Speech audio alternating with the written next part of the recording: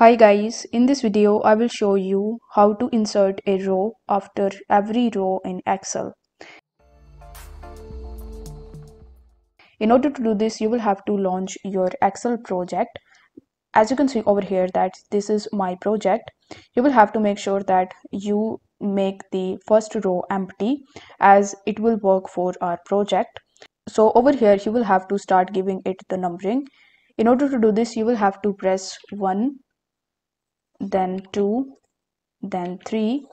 After that, you need to select 3 of these and then you are going to see this plus icon over here. So you just have to drag it to the bottom and it will automatically take the numbering for it. Now you will have to copy this row and then you will have to paste it just below it.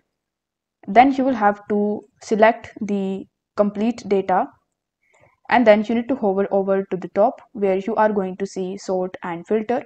So you need to click on sort and filter and then you need to click the option of sort smallest to largest. Once done, you will notice that now you have inserted the rows after every row in Excel without any formula. So if the video was helpful, then don't forget to like the video and subscribe to the channel. Thank you so much for watching.